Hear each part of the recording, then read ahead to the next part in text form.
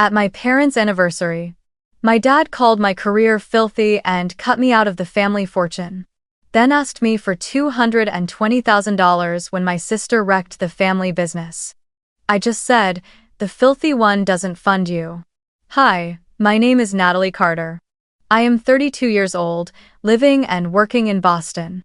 From the outside, many people might think I have a life worth envying.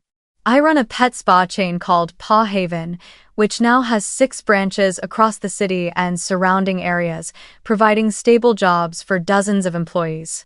Every morning, I step into my sunlit little office, where lush green plants sit by the window and my small dog, Luna, lies lazily on the cushion beneath my desk. I drive to work in a new SUV, and my private apartment is in a quiet neighborhood near the Charles River, with warm, tidy interiors and every comfort I could need. Everything I have has come from my own 2 hands, from sweat, tears, and countless sleepless nights when I first began building my career. Yet behind all the bright lights of that success, I've always been seen by the very people who gave me life as the lost child. In the eyes of my parents and my family, I was never worthy, never their pride. They called the work I chose dirty because I spent my youth caring for animals, for the dogs and cats they believed were lowly creatures. At family meals, I often felt like an outsider, shut out of conversations about stocks, real estate, or the glittering achievements of my sister Sophia. I could bring home fresh bouquets and boxes of pastries from famous bakeries, send birthday cards and well wishes. Yet in their eyes I remained a lonely shadow, unfit to stand inside the value system the Carter family had built. I once believed that my hard work and success would make them see me differently, that one day my parents would smile with pride at their daughter for becoming independent, building something of her own, and being loved by her customers. But the truth was far harsher. What I had built, they treated as if it did not exist, or worse, as if it were an insult. I remember my father once openly saying in front of relatives that my dirty job only dragged down the family's reputation, that I was staining generations of Carter business tradition. Each of those words felt like a blade to my chest, but I clenched my teeth and endured, holding on to the fragile hope that one day they would change. But everything shattered exactly 1 year ago, at my parents' wedding anniversary celebration. Their 30th anniversary was held at an upscale restaurant in the heart of New York. I can still recall the extravagant atmosphere of that night, the dazzling glow of crystal chandeliers, tables covered in pristine white cloths, neat rows of champagne glasses reflecting the sparkling light. Relatives from near and far gathered in full, even those I had not seen in years were present. Shimmering evening gowns, expensive suits, the sharp rhythm of high heels clicking against marble floors, and a jazz band playing familiar tunes from the corner of the room filled the air. Everyone seemed cheerful, toasting and laughing, as if this were the perfect moment to display the wealth and unity of the Carter family. I sat quietly at the edge of a table, a glass of water before me, trying to blend into an atmosphere I had long known I never truly belonged to. I had prepared for this day weeks in advance. Knowing how much my parents cherished their old memories, I had commissioned a painting recreated from their wedding photo taken 30 years ago. The artist I found was an Italian master known for his emotionally rich portraits, and I believed his work would soften my parents' hearts. I wanted that gift to be a bridge, a quiet message that I was still part of this family, that I still longed for reconciliation, that I still hoped for the day my parents would look at me without reproach. The painting was carefully wrapped and placed beneath the table, waiting for the right moment to be revealed. The atmosphere inside the restaurant felt no different from a grand gala. Champagne glasses were constantly being refilled, waves of laughter rippled through the space. People discussed stocks, the real estate market, lavish vacations, and prestigious schools for their children. From time to time, a few relatives would stop by my table, nod politely, remark that I looked well, and then quickly move on. No one asked about my work. No one showed the slightest curiosity about Paw Haven, the pet spa chain I had poured my entire youth into building. They looked at me with half an eye, as if my presence was an off-key note in the glamorous symphony of the evening. When the jazz band's music faded, my father Charles Carter rose to his feet. He wore a dark gray suit with a burgundy tie, his face carrying the familiar stern expression. Holding a glass of champagne, his voice boomed steady and commanding. "Ladies and gentlemen, may I have your attention? Tonight is not only the celebration of 30 years of marriage with my wife, but also the moment for us to announce an important decision." The room fell silent, whispers died, and every gaze turned toward him. I saw my mother sitting at his side, her face glowing with pride, eyes shimmering as if on the verge of tears. Then my father spoke again. "The entire Carter family fortune, our companies, properties, and assets will, from this day forward, be entrusted to our youngest daughter, Sophia. She has followed the right path for this family and will continue carrying the Carter legacy into the future." All thunderous applause erupted immediately after. Cheers, congratulations, and words of praise for Sophia rose like a chorus. I went completely numb. My body felt frozen, my heartbeat slowed, and my hands clenched so tightly that my nails left marks in my skin. Beneath the table, the wedding portrait I had brought seemed to grow 100 times heavier. I no longer had the strength to present it.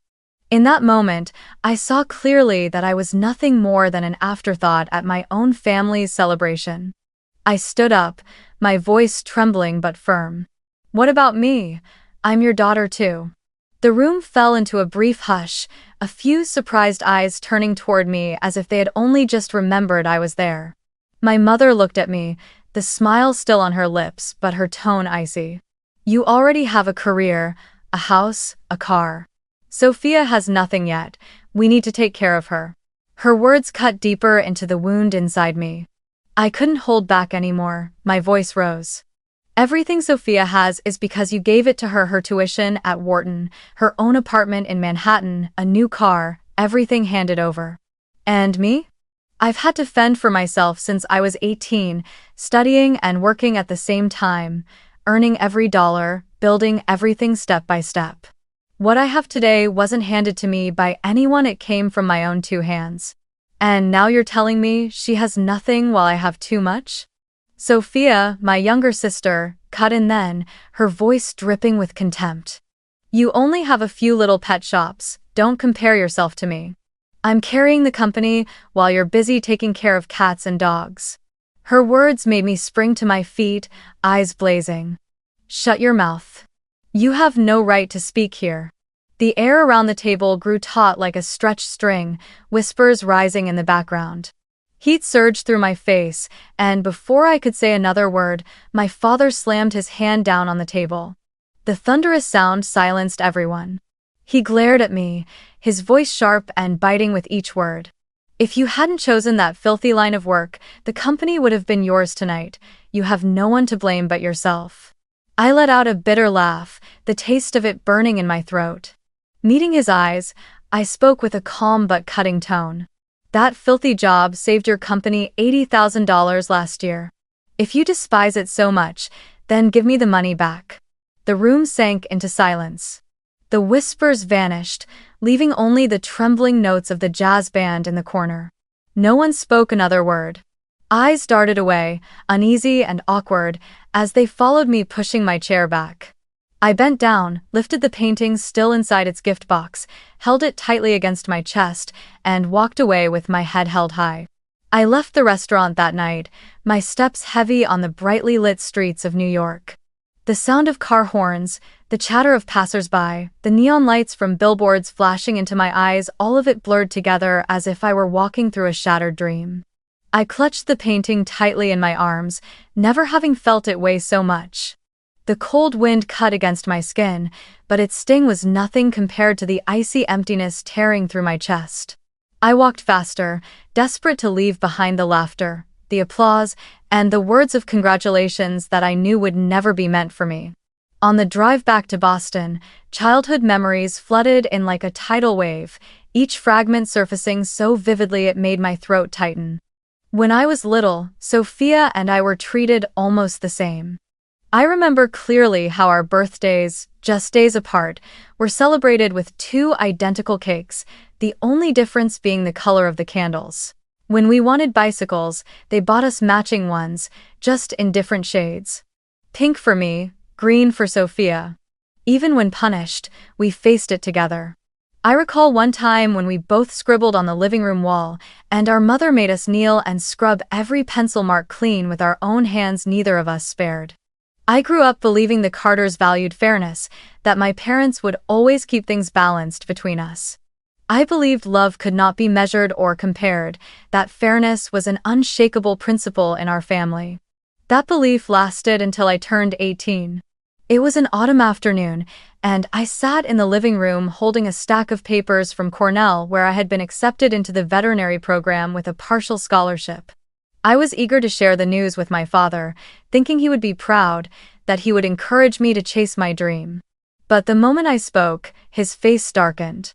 He crossed his arms, leaned back in his chair, and his eyes turned cold. "I won't spend a single cent on that filthy profession. If you want to study it, you'll have to figure it out yourself." With just one simple, final sentence, he crushed the heart of my 18-year-old self.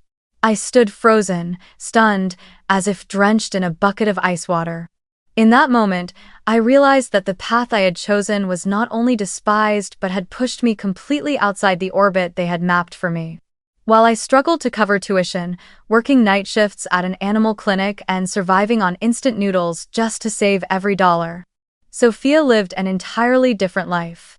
My parents covered her full tuition at Wharton, one of the most prestigious business schools in America. She had her own apartment in Manhattan, a brand new car I wouldn't even dare to dream of. Whatever Sophia wanted, she only had to ask. For me, every tuition payment, every textbook, every meal was paid for with sweat and tears.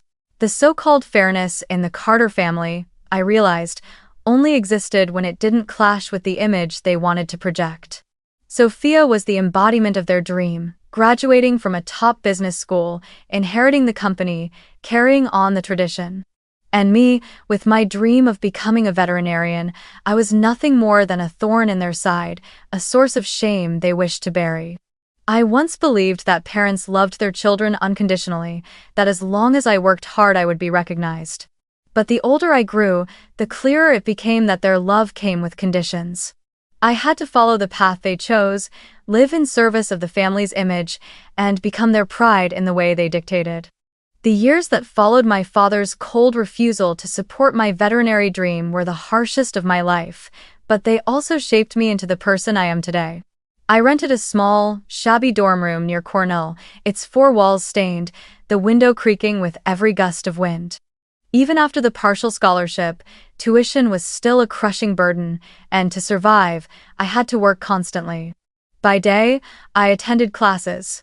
By night, I rushed to an animal clinic on the outskirts of town, doing everything from cleaning kennels and bathing cats and dogs to recording medical charts. On endless overnight shifts, I often collapsed over the desk at 3 in the morning, the smell of disinfectant clinging to my clothes. The pay was barely enough, but I was patient, saving every dollar, skipping student parties, even forgoing breakfast just to buy the textbooks I needed. I remember the winter days when snow blanketed the entire campus and my worn-out shoes left my feet numb with cold. In my hands was a lunchbox I had prepared the night before: rice, a boiled egg, and a few vegetables. Many nights, as I crawled under a thin blanket, I longed for a hot meal, longed to return home to my parents' embrace. But instead, all I had were brief, distant messages from my mother, things like, "Focus on your studies, don't cause trouble," or, "Sophia scored very high this week." Every time I read those words, I swallowed my tears and reminded myself to stay strong. I had no right to collapse, because if I gave in, all the effort I had poured in up to that point would mean nothing. Through persistence, I eventually graduated. The day I held that diploma in my hands, I cried. Not out of simple happiness, but because I knew I had accomplished something that once felt impossible. Enduring a grueling journey without a shred of support from my family. After graduation, I continued working at a small veterinary clinic. But then, one quiet Sunday afternoon, an unexpected idea came to me. Why not share pet care knowledge online? I propped my phone on a stack of books, used the dim glow of an old desk lamp, and recorded a short video about how to recognize the signs of stomach illness in dogs. I expected nothing, thinking that if just a few people watched, perhaps they might find it useful. But within just 2 days, that video had reached hundreds of thousands of views. After a week, the number had surpassed 1 million. I was stunned, unable to believe my eyes. My inbox overflowed with messages of gratitude, questions from viewers everywhere. They called me the cute pet doctor and begged me to post more videos. I began creating more clips: how to bathe a cat, trim a dog's nails, share nutritional tips. Each video received enthusiastic responses. Then came the email from YouTube notifying me that monetization had been enabled. In the very first month, I earned over $2,000, an amount equal to several months of my previous salary combined. I knew I had found my path. With income from my YouTube channel, along with a small bank loan, I opened my first store, a small pet spa in Boston. On opening day, only a few dozen customers showed up, but gradually, thanks to dedication and love for animals, Paw Haven became a familiar place for the city's pet-loving community. A year later, I opened a second branch, then a third. After 5 years, the number had grown to 6. I hired more staff, trained them like family. I wasn't just creating jobs, I was building a community, a place where pets were loved and owners felt at ease leaving them in our care. Success gradually came, but strangely, in my family's eyes, everything I did still held no value. At gatherings, my parents spoke only of Sophia, about the financial projects she was involved in, the big contracts she was handling. As for me, they ignored me, only occasionally making an offhand remark like, "Natalie is still looking after cats and dogs." They spoke as if my work were nothing more than a meaningless hobby. But instead of reacting, I chose silence. I understood that their recognition was a luxury, and I did not need it to keep going. Even while being belittled, I kept my habit of sending my mother flowers on Mother's Day, of mailing birthday cards to my father. Every year, I chose a bouquet of pure white roses, writing a few simple lines of congratulations. I didn't expect them to be moved or to thank me. I saw it as the last duty of a daughter. Sometimes I wondered why I still did it, when they had never truly cared about me. Perhaps it was because I didn't want to become a bitter version of them. I wanted to believe that by holding on to kindness, I could keep moving forward without turning into someone cold-blooded. A year before that anniversary party, I received a phone call in the middle of the night, a call whose every breath and drawn-out pause I can still remember. The clock was nearing 2 in the morning. I had just finished drafting a report for Paw Haven's next branch opening and was about to lie down when my phone rang. On the screen, my father's name appeared, Charles Carter. My heart sank instantly. He had never called me at that hour unless something truly serious had happened. I hesitated for a few seconds, but then picked up. On the other end came his hoarse, weary voice. "Natalie, Carter & Co. is in big trouble. A major contract just fell through. The client pulled out at the last minute. If we can't raise $80,000 within a week, we'll lose even more deals, and the family's reputation will be ruined." I sat up straight, trying to steady myself, my heart pounding hard in my chest. Before I could respond, he continued, his voice dropping as if to soothe me. "You know, Sophia is still young, she can't shoulder this yet. Only you have the ability to save the company right now. After all, you'll still have a share in it later. This is family business. We have to protect the legacy together." I bit my lip, silent for a few seconds. A surge of questions rose inside me. Since when did the company see me as part of the family? Since when had my dirty work become the lifeline? But his voice trembled, each word heavy like a plea. And above all, I still carried inside me something hard to shake, the yearning of a daughter who desperately wanted her father's recognition. I didn't ask for details, I didn't bargain. I simply let out a quiet sigh and said, "All right, I'll help." The next morning, I sat in my small Paw Haven office, the computer screen glowing with my online banking page. The account showed the sum I had painstakingly built over years. As my cursor hovered over the transfer button, it felt as if I were tearing off a part of myself. But I did it. I transferred the entire $80,000 into Carter and Co.'s account. Moments later, my father called back, his voice noticeably lighter. "You did the right thing. I knew I could count on you." I didn't say much, just a quiet yes before hanging up. All that day, my heart felt heavy but laced with a flicker of hope. I thought perhaps from now on my father would see me differently, perhaps my efforts would finally be acknowledged. I told no one, not my friends, not my employees. Deep down, I regarded it as a daughter's duty, a sacrifice known only to my father and me. I told myself that keeping it secret was good. Sometimes the noblest acts are the ones kept in silence. But I was wrong. A year later, at the anniversary party, when my father stood in the middle of the room and solemnly announced he was handing over all the assets, the company, and the properties to Sophia, every last shred of belief inside me crumbled. I sat there, numb, recalling that winter night when he had pleaded with me, remembering his trembling voice and his firm promise. "One day you'll have a share in the company. This is family business." In the end, it had all been a pretext, a sweet-sounding lure to draw money from the daughter they had already erased from their lineage. As the hall erupted in applause for Sophia, an icy chill settled over me. That $80,000 was just a small number to them. But to me, it was sweat, youth, nights of exhaustion, a piece of trust I had foolishly placed in the word family. In that moment, I understood that no promise from my parents held any value anymore, and the recognition I had once longed for was nothing but an illusion. On the way out of that party, I no longer felt regret, only a strange emptiness. I realized that the so-called daughter's duty I had clung to all this time had always been one-sided. I had paid with money, with trust, while they treated it all as nothing more than their due. From that moment on, a lesson burned into me.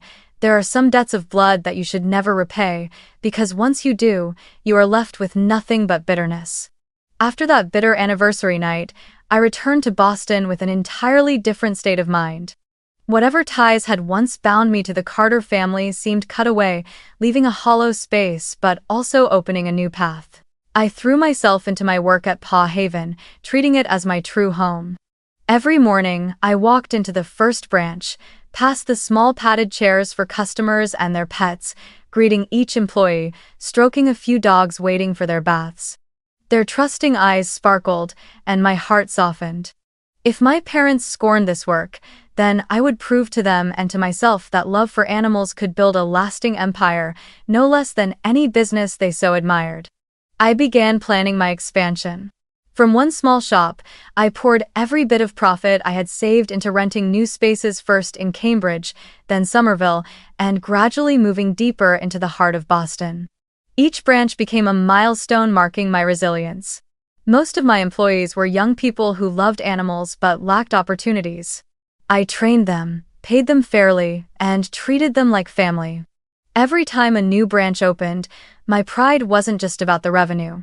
It was knowing I had created stable jobs for dozens of people. That, to me, meant more than any praise from the Carter family ever could. Along that journey, I was fortunate to meet a mentor, Mr. Michael, a retired owner of a chain of veterinary stores. He looked at me, saw my passion, and also recognized the hurt hidden behind my eyes. One afternoon, sitting together in a small cafe, he said something I've never forgotten. "Natalie, don't showcase your success, not even to your parents. People can turn it into shared pride, but your parents, they'll only turn you into a walking wallet. You don't owe them any proof anymore." I sat there silent because his words struck the deepest wound inside me. I had once craved their recognition so badly that I'd foolishly handed over $80,000 only to receive an empty promise in return. This time, I swore I would never let myself make that mistake again. So I chose silence. For 6 months after that fateful party, I didn't call, didn't text, didn't send a single signal toward my family. I knew with certainty they wouldn't reach out either, because in their eyes I no longer had any value. At first, that silence left me unsteady, like someone just freed from a toxic relationship but still conditioned to expect scolding. Some nights I would jolt awake, my hand reaching for my phone as if waiting for a message from my mother. But the screen stayed dark, and in that moment I understood there was no one on the other end, and there didn't need to be. Strangely, as time passed, I felt lighter. Mornings without checking my mother's messages only to swallow tears, evenings without the pressure of finding a good enough gift for my father, all of it brought me a strange sense of freedom. For the first time in years, I could sit alone by my apartment window, sip a late-night coffee, listen to the low hum of jazz, and not feel guilty for not calling home. I realized that silence, too, could be a kind of peace. That distance gave me the chance to see myself more clearly. I saw a Natalie no longer haunted by the need to prove her worth to her parents. I saw a woman who understood that true value does not lie in someone else's recognition, but in what she builds every single day. Paw Haven was not just a business, it was proof of the strength and determination I had forged over the years. More importantly, it was the family I chose, a place where people respected one another, shared joy, and no one was ever called the lost child. Lona. 6 months without contact with my blood family taught me that sometimes distance is not a loss, but a cure. I felt freer than I ever had, and perhaps, for the first time in my life, I was truly breathing in the air of peace. One early autumn morning, as the sunlight was still faint and mist hung over the trees outside my window, my phone rang. I was preparing for a meeting with Paw Haven's management team, still holding a hot cup of coffee, when the screen lit up with a name I hadn't seen in months. Dad. The sight of it made my heart pause. I hesitated for a few seconds, ready to decline, but curiosity won. I wanted to know why he was calling this time. I'm listening.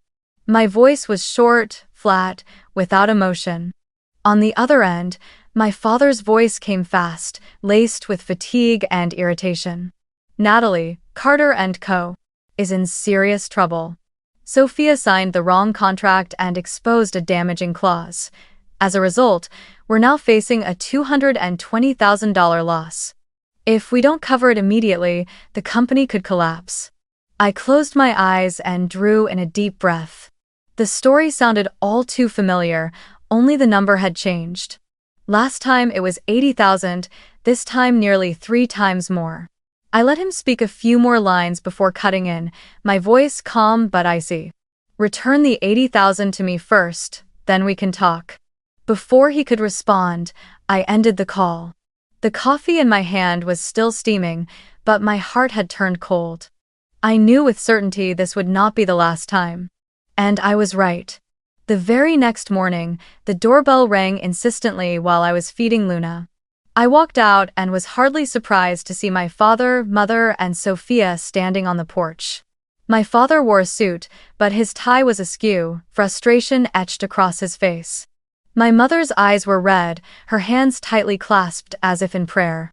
And Sophia, my sister, who had always worn arrogance like a crown for the first time, looked unsettled, her lips trembling with unease. I didn't open the door wide. I stood firmly in the threshold, my voice calm but cold. If the 3 of you are here to ask for $220,000, turn around and leave right now. I spoke loudly enough for all of them to hear clearly, but kept my tone measured, as if I were simply making a factual announcement. My mother stepped forward, her voice breaking, her eyes glistening. Natalie, you have an entire chain of pet spas, a steady income. 220,000 isn't such a big number for you. Please, just this once, help the family one more time. Her voice trembled, but I could see it wasn't only tears, it was also the same emotional pressure they had always used against me my whole life. Sophia chimed in, her voice shaky. I know I was wrong. I signed the contract carelessly, I put the company in danger. Please, just this once, help me. I'll change. It was the first time I had ever heard Sophia admit fault, but her words rang hollow. She never apologized for the way she once sneered at my work, never apologized for standing beside my parents at that party, basking in all the glory while I was cast aside. I looked at the 3 of them, feeling an eerie emptiness inside. No more tears, no more trembling. Only a clear boundary I would never allow anyone to cross. Leave, I said slowly, each word heavy as stone. If not, I will call the police. The air grew thick. My father stood in the back, his face flushed red, fists clenched tight. I knew he wanted to shout, to lash out as he had at so many gatherings. But this time, I was no longer the daughter who bowed her head in fear. I stood tall, my eyes unwavering, my hand resting lightly on the doorframe as if to press the point that this was my territory and they had no right to step inside. My mother broke down, tears streaming, but I did not waver. Sophia lowered her head, lips pressed hard together, not daring to say another word. I repeated myself, louder now, each syllable crisp and final. Go, I have nothing left to give you. A few long seconds stretched into eternity, then finally my mother turned, tugging Sophia's hand. My father growled something under his breath, but stepped back as well. I shut the door firmly, the sharp sound echoing through the apartment like the final period at the end of a sentence. Leaning against it, I drew a deep breath. In that moment, I didn't feel the old pain, only relief. For the first time, I truly understood the strength that comes with setting boundaries. I turned back to Luna, the little dog still patiently waiting for her breakfast. She looked up at me with wide, innocent eyes, her tail wagging. I knelt to stroke her fur and whispered softly, "From now on, you're the only family I have." And I believed it this time. I would never waver again. Just as I predicted, only a day after I firmly refused, Sophia struck back. That morning, as I arrived at the Paw Haven branch in Cambridge, a young employee rushed into my office, hands trembling as she held out her phone. "Natalie, you need to see this." On the screen was a long Facebook post signed Sophia Carter, already shared thousands of times within hours. In it, my sister painted me as a cold-blooded villain who had abandoned her family in their time of need. While our company teeters on the brink of collapse, my parents begged for help, yet my sister, the one with a multi-million-dollar pet spa chain, drove us away from her door and threatened to call the police. She once received support from our family, but now treats us like strangers. I read every word, feeling the blood rush to my head. Sophia's post was a distortion of truth, even embellished, enough to make anyone who didn't know the real story believe I was ungrateful, heartless, and cruel. I opened Instagram and read it. Sophia had reposted it there too. The comments were flooded with criticism. Greedy to the core. Got money and forgot her roots. Shameful to abandon your parents in a crisis. Within just a single day, the consequences became clear. Calls poured in from customers canceling their pet care appointments. Paw Haven's fan page was flooded with one-star reviews. My employees looked confused and worried about their jobs, several pulling me aside to ask, "Natalie, is it true? Are we going to be okay?" I looked into their young faces, people who had trusted me, who had stood by me in building Paw Haven, and I felt a surge of fury. It wasn't just my personal reputation under attack, it was the blood, sweat, and tears of dozens of innocent people now hanging in the balance. That evening, I sat alone in my apartment, staring at my computer screen filled with hundreds of negative comments. I remembered my parents' faces at my doorstep, my mother's trembling voice, Sophia's quivering words. It had all been nothing but theater. When they couldn't squeeze money out of me directly, they resorted to filth, smearing me publicly to force my hand. They knew I valued my reputation, knew Paw Haven was the greatest achievement of my life, so they tried to destroy it. I wasn't going to let that happen. The very next morning, I called an old friend, Brian Miller, the lawyer who had helped me with the lease for my very first store. We met at his office, a bright space with glass walls overlooking the city center. I sat down, recounted everything, and handed him printed copies of Sophia's posts, screenshots of the negative reviews, records of canceled appointments, and the revenue losses. Brian listened silently, fingers laced together, his gaze fixed. When I finished, he leaned back in his chair, a half-smile forming on his lips. "Congratulations, Natalie. You're holding a near-guaranteed civil lawsuit. Everything Sophia has done, public defamation, damage to your brand, loss of revenue, forms a solid legal basis. With this evidence, not only can you reclaim your reputation, but you could also receive compensation worth many times the losses." I froze for a moment. Never had I imagined the day would come when I would take my own sister to court. But then I remembered the worried faces of my employees, the erased appointments, the customers who turned away. I knew I had no choice. This was no longer just a private matter between Sophia and me. This was justice. This was my responsibility to the people who believed in me. Brian looked at me, his voice firm. Natalie, you've endured enough. It's time to hold them accountable. You don't need to feel guilty. You're not destroying the family, they already did that themselves. I nodded, my heart pounding but my eyes steady. I reached into my bag and pulled out the folder I had prepared. Copies of financial losses, a list of canceled appointments, correspondence with clients. I placed it on the table and said, I'm giving you full authority. I want to sue Sophia in court. Brian extended his hand, and I took it. The handshake was firm, cold, decisive, a milestone. I could feel that a new chapter was about to begin, not with tears or pleading, but with the law. That night, for the first time in months, I slept soundly. In my dreams, I saw myself standing in court, no longer the daughter my parents had called the lost child, but a woman who knew how to protect herself. And I swore, this time, I would not back down. On the morning of the trial, the Manhattan sky was heavy and gray, the clouds drifting slowly as if awaiting a verdict of their own. I arrived at the courthouse early, dressed in a simple yet strong navy suit, holding the meticulously prepared file Brian had compiled. My heart beat steadily, each thump strong and clear, but strangely, I no longer felt nervous or afraid. Instead, there was a profound calm, as if I had finally reached the end of a long road, and all that remained was to place the final period. The Manhattan courtroom was vast, its high ceiling and tall glass windows letting in a muted, gray light. As I walked in, I saw Sophia already seated on the opposite side with her attorney. My sister no longer carried her usual arrogance, her head was bowed, her hair falling across part of her face, hiding her eyes. Beside her were my parents Charles and Margaret, but this time, they weren't in the audience rows looking proud as they had at so many lavish parties.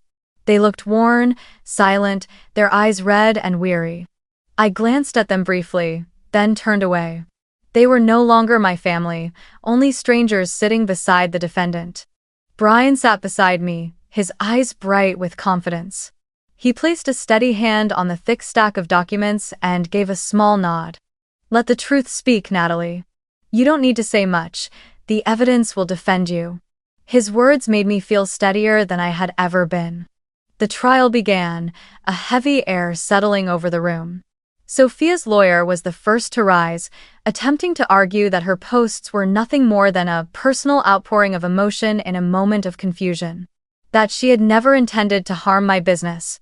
He insisted that the public misunderstood, and that Sophia was only seeking sympathy. I sat in silence, watching, anger simmering inside me. Those lies were identical to the tactics my family had always used, denying responsibility, blaming circumstances, never once admitting fault. Then it was Brian's turn. He stood tall, his voice strong and resonant with every word. Your Honor, we have clear evidence that the defendant's public posts caused direct and severe harm to the plaintiff. This was not personal emotion, this was deliberate defamation. One by one, he presented the documents, printed pages of hundreds of negative comments, financial records showing a 35% revenue drop within a week of the posts, a $50,000 contract canceled by a partner, and over 120 pet spa appointments erased. With each piece of evidence laid out, the weight on my chest lifted a little more. Then Brian pointed to the projection screen, where side-by-side images showed the contrast before and after Sophia's posts, rows of one-star reviews, filled with words like traitor, greedy. He turned back to the judge. Your Honor, this is not the public's misunderstanding. This is the inevitable result of false information the defendant intentionally spread. I looked over at Sophia. My sister sat frozen, her hands clenched tightly, her lips trembling. I saw no remorse in her, only fear. Her lawyer tried to interject, insisting that Natalie already owns a large chain of stores, the losses are insignificant. But the judge immediately cut him off. Every business has the right to protect its reputation. A single dollar lost due to falsehoods is still unacceptable. After nearly 3 hours of arguments, the courtroom fell silent as the judge lifted the verdict. His voice rang out, slow but piercing. The Manhattan court declares the defendant, Sophia Carter, civilly liable for defamation and financial damages caused to the plaintiff, Natalie Carter. The defendant is ordered to pay direct compensation totaling $240,000. The air froze for a moment. I heard Brian's breath release, as though a massive stone had been lifted from his chest. Sophia buried her face in the table, my mother covered her mouth as sobs broke out, and my father sat motionless, his eyes blank with disbelief. But I didn't linger. I stood, gathered my documents, and walked out of the courtroom with quiet composure. I never looked back. In the hallway, daylight streamed through the tall windows, spilling across the cold marble floor. I drew in a deep breath. This wasn't a victory to flaunt, nor a cheap act of revenge. This was justice, a final boundary I was forced to draw to protect myself and those who had placed their trust in me. As I left the courthouse, it felt as though I had closed a long, bitter chapter. No more tears, no more fragile hopes that they might change. I had chosen my own path, and this time there was no space left for betrayal or lies. In the months following the trial, my life slowly returned to its rhythm. Paw Haven's revenue recovered, customers returned day by day, and my staff found their smiles again after the stressful period. I thought everything had finally ended until one late winter morning, the doorbell rang again. This time it wasn't the angry, insistent ringing I remembered, but long, hesitant chimes. I opened the door and saw my mother standing there. She had grown thinner, her eyes red and shadowed, her trembling hands gripping her handbag straps as if clinging to the last thing keeping her upright. Her voice was hoarse, weak. "Natalie, your father. He's in the hospital. This time it's really serious. The doctors say the treatment will cost $50,000. I know we were wrong before, but please, just this once, help your father." I stood still. A part of me wanted to break down, to run and hold her, to forget everything and be a dutiful daughter again. But another part, the one scarred by years of wounds, felt only a strange emptiness. I no longer felt anger or pain. It was as if I had crossed a threshold of emotion, a place where those pleas no longer had any power over me. I asked quietly, "You still have the house in Long Island, don't you?" My mother flinched slightly, then gave a faint nod. I continued, "That house is worth at least $500,000. Sell it. And don't come to me again." With that, I closed the door before she could respond. My back pressed against the cold wood, but inside I felt no tremor. No more tears, no more sobs, no more guilt. I only felt that I had finally broken free. After that day, I realized I no longer belonged to the Carter family. But strangely, I no longer felt lacking. Because I had found another family, a family of choice, one I built for myself.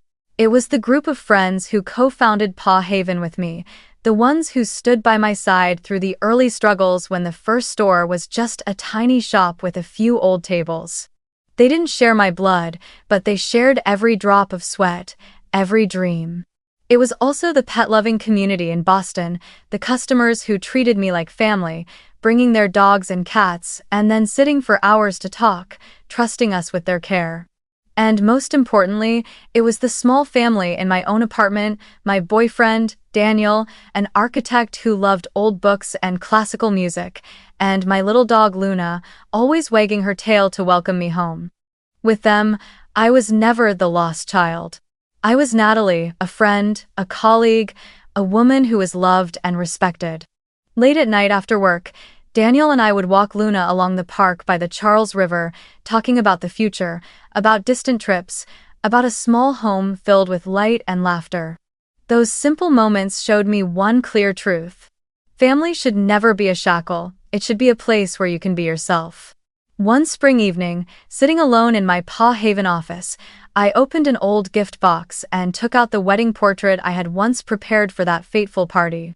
For the first time in months, I hung it on the wall, right next to my desk. I didn't hang it out of regret or longing.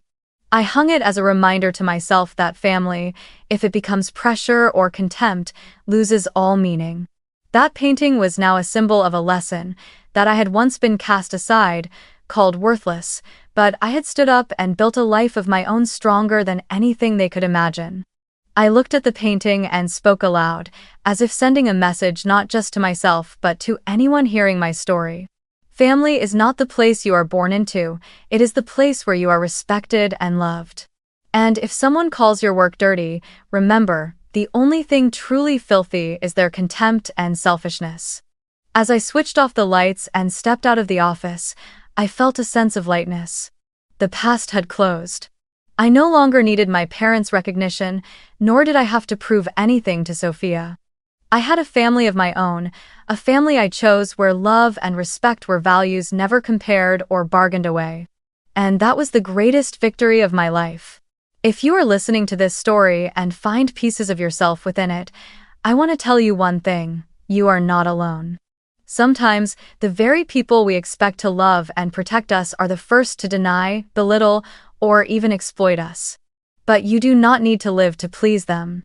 Your worth does not come from your blood family's recognition, but from what you build with your own hands, and from the people who choose to stand beside you when everyone else turns away.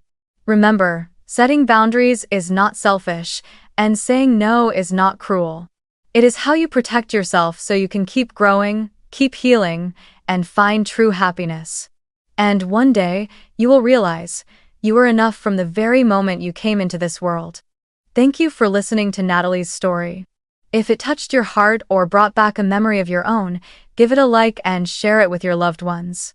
See you in the next episodes, airing daily on Familial Stories Exposed.